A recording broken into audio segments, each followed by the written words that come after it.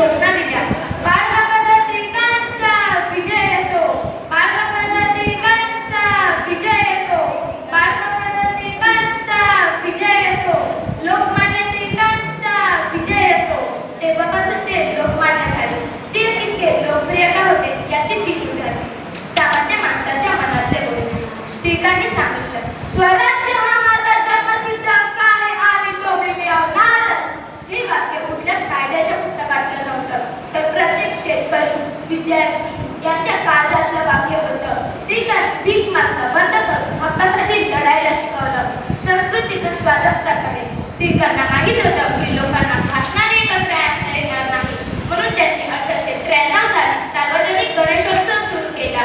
गणपतीबरोबरच ते स्वातंत्र्याचे पोवाडे गाऊ लागले. 1895 साली शिवजयंती सुरू केली. विस्कळीत समाज, धर्म आणि इतिहासाच्या धाग्याने एकत्रित केले. त्यात आणि आला टिळकांनी देशासाठी 6 वर्षे मंडळीच्या तुरुंगात काढली. तिथे त्यांनी गीता रहस्य हा महान ग्रंथ लिहिला.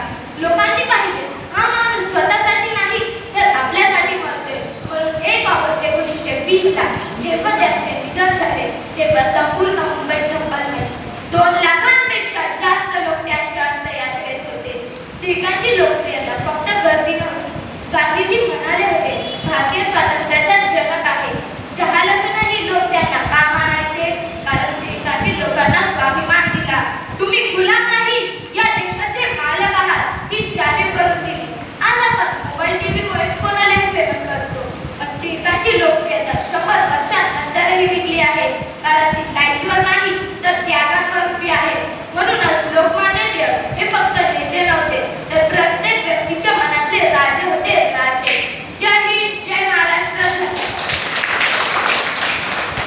अजून कोण आहे का?